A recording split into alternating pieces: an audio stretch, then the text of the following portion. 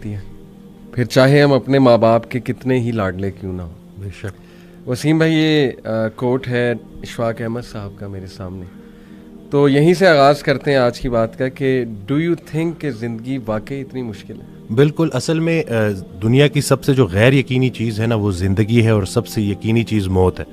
تو زندگی میں نا وہ ارادے ٹوٹتے ہیں اور آہستہ آہستہ غم آتے ہیں, اور آپ کو پتہ چلتا ہے کہ ٹھہرنا مشکل ہی ہے. لیکن جو اللہ کے ساتھ رجوع کر لیتے ہیں ان کو یہ بات سمجھ لگتی ہے کہ جانا تو ہم نے ہے, لیکن جانے سے پہلے کچھ کام تو کرنے ہیں نا. تو وہ جو کام میں مصروف عمل, ابھی ہم بات کر رہے تھے کہ جو اللہ کے کام کر رہا ہے, جو مصروف ہے, تو پھر وہ ان چیزوں کو اپنے اوپر, اس غم کو اپنے اوپر حاوی نہیں ہونے دیتا. حضرت واصف رحمۃ اللہ ایک شعر پڑھا کرتے تھے کہ غم بھی گزشتنی ہے خوشی بھی گزشتنی, کر غم کو اختیار کے گزرے تو غم نہ ہو. تو یعنی کہ غم کو قبول کرنا ہے, اس کو ریڈ کرنا ہے, اور اس میں نا بڑا لیسن ہے. صحیح بات. تو یہ اللہ تعالیٰ ہماری برداشت, سب سے بڑی قوت برداشت ہے. بالکل صحیح. تو ہماری یہ برداشت بڑھانے کے لیے اللہ تعالیٰ غم بھیجتا ہے. صحیح. اور آہستہ آہستہ صبر کے ذریعے, نماز کے ذریعے انسان جو ہے نا اس مشکل سے نکل آتا ہے, کیونکہ اللہ کا وعدہ ہے کہ ہر سختی کے ساتھ آسانی ہے. تو سختی کے بعد آسانی ہے. اور اکثر لوگ جو نا امید ہو جاتے ہیں نا, تو اللہ کی رحمت سے نا امید ہونا اصل میں اپنے مستقبل سے نا امید ہونا ہے. تو جب آپ اللہ سے پر امید رہتے ہو, ہوپ فل رہتے ہو, تو پھر وہ دن خیر سے گزر جاتے ہیں. کیا بات. وسیم بھائی, اگر ہم دنیا پہ نظر دوڑائیں, ایسے ایسے غم ہے نا, یعنی لوگوں کی جب سٹوریز سنتے ہیں اور اوور آل ورلڈ میں دیکھ لیں آپ, اور جو ہسٹری میں پاسٹ میں ہوا ہے, مطلب ایسے ایسے غم آپ کو نظر آئیں گے نا کہ انسان رو پڑتا ہے کہ یار واقعی دنیا میں بڑا غم ہے. لیکن اگر ہم یہیں پہ رک جائیں نا کہ بس دنیا میں بڑا غم ہے, زندگی بہت مشکل ہے, تو پھر تو ہوپ لیسنس ہے, پھر تو جو ہے نا وہ ایک ڈارکنیس ہے, ایک اندھیرا ہے. دیٹس وائی آئی سے ٹو پیپل کہ دیکھو جو ایتھیزم ہے وہ یہیں پہ رک جاتا ہے. وہ کہتا ہے کہ بس we are all here and we are doomed, اور بس ٹھیک ہے, سفرنگ بھی ہے, کیوس بھی ہے, ڈارکنیس بھی ہے, اب کیا کر سکتے ہیں. بٹ جب تک اسلام ہمارے پاس ہے نا وسیم بھائی, دیکھیں اللہ سبحانہ و تعالیٰ نے پہلے ہی ہمیں بتا دیا, جیسے آپ نے کہا نا ایکسیپٹنس, اللہ نے ہمیں ایکسیپٹنس دلائی ہے کہ دیکھو اس کو ایکسیپٹ کرو کہ یہ دنیا ایک مشکل کی جگہ ہوگی, یہاں تمہیں مشقت کرنی ہوگی, اسٹرگل کرنی ہوگی, وی ول ٹیسٹ یو. ہم دیکھیں گے تم میں سے کون ایمان والا ہے, کبھی بھوک سے, کبھی خوف سے, کبھی خوف کا انفیکٹ ذکر ہے کہ خوف سے ٹیسٹ کریں گے. آئی تھنک انگزائٹی میں خوف کا ایلیمنٹ کافی جو ہے وہ ہیوی حاوی ہوتا ہے. پھر لاس آف لائف سے تمہیں ٹیسٹ کریں گے, لاس آف فروٹ سے تمہیں ٹیسٹ کریں گے, لیکن وبشر الصابرین.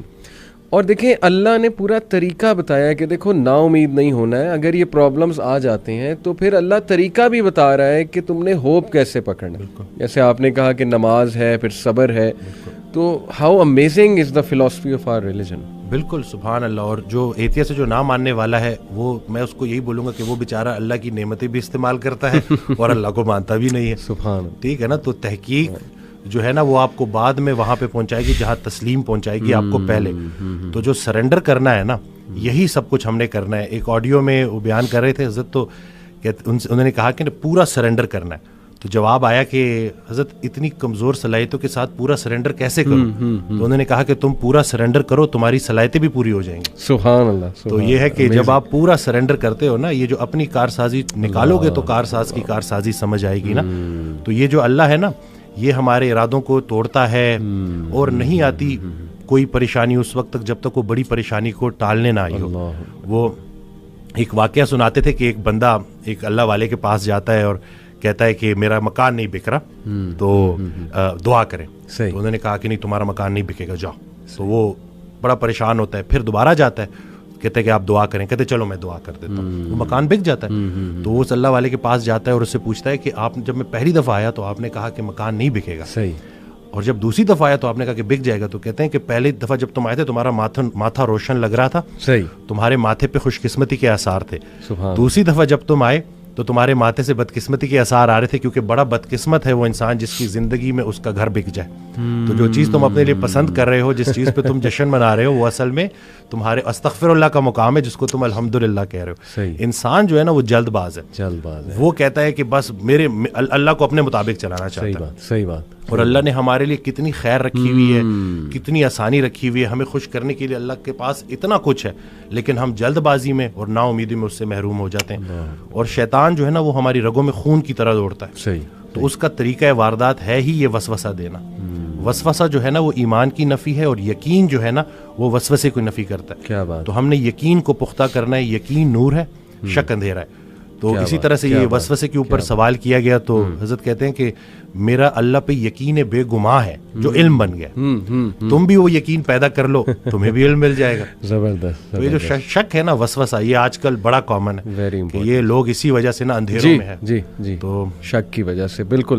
اچھا, یہ آپ نے جو بات کی نا کہ انسان جلد باز ہے, اس پہ مجھے قرآن کی ایک آیت بھی یاد ہے. اللہ سبحانہ و تعالیٰ نے انسان کی نیچر بتائی ہے. سورہ معارج میں اللہ سبحانہ و تعالیٰ کہتے ہیں کہ بے شک ہم نے انسان کو نگرڈلی اور اینکشیس پیدا کیا. بالکل. جلد باز ہے. جب خیر آتی ہے تو آپے سے باہر ہو جاتا ہے, اور جب کوئی ڈیفیکلٹی آتی ہے تب پینک ہو جاتا ہے. الا المصلین ایکسیپٹ دوز ہو آفر. یعنی اللہ نے سلوشن بھی ساتھ بتا دیا کہ نہیں, نماز تمہاری ان چیزوں کو چیک کرے گی. سجدہ کرو اللہ کے آگے, اور وہی آپ کی علی بات ہے کہ یقین. اور میں تو سمجھتا ہوں وسیم بھائی کہ ہماری زندگی میں جتنے بھی مسائل آتے ہیں نا وہ اللہ کی ذات پہ یقین دلانے کے لیے تو آتے ہیں کہ دیکھیں ہمارے ہاتھ میں تو ہے ہی کچھ نہیں. انسان پہ کبھی کبھی ایسا کوئی پرابلم آ جاتا ہے اس نے ایکسپیکٹ بھی نہیں کیا ہوتا. دس از ویئر, جیسے حضرت علی صلی اللہ عنہ نے کہا تھا نا کہ میں نے تو اپنے ارادوں کے ٹوٹنے سے اپنے رب کو پہچانا. تو اگر یہ چیزیں ہوتی نا وسیم بھائی, تو کیسے ہم اللہ سبحانہ و تعالیٰ کو پہچانتے, اللہ کی پاور کا ہمیں کیسے احساس ہوتا. بالکل. اشفاق احمد صاحب کی بات سے آپ نے سٹارٹ کیا تھا تو مجھے ایک واقعہ یاد آ گیا کہ ایک شخص ان کے پاس گیا اور کہا کہ اشفاق صاحب کوئی زندگی آسان کرنے کی ٹپ دے دیں. تو انہوں نے کہا میں تمہیں موت آسان کرنے کی ٹپ نہ دوں. تو کہتے ہیں چلے وہی دے دیں. کہتے ہیں اگر تم اپنی موت آسان کرنا چاہتے ہو تو جاؤ کسی کی زندگی آسان کر دو. اللہ. تو جو اللہ کا کام کرنے والے ہوتے ہیں وہ گلہ نہیں کرتے, وہ شکر کرتے ہیں اور لوگوں کے کام آتے ہیں. وہ سارے کام جو ہے نا وہ اللہ پہ نہیں ڈالنے, اللہ کے بہت سارے کام ہیں جو ہم نے کرنے ہیں. اور دوسرا یہ کہ خواہشات, یہ جو دنیاوی خواہشات ہیں, یہ جو فانی چیزوں کی محبت ہے, آپ کو جیتے جی فانی کر دیتی ہیں. اور یہ جتنا کچھ بھی ہے نا, وہ ایک شعر ہے کہ تیرے سوا کروں پسند کیا تیری کائنات میں, دونوں جہاں کی نعمتیں قیمت بندگی نہیں.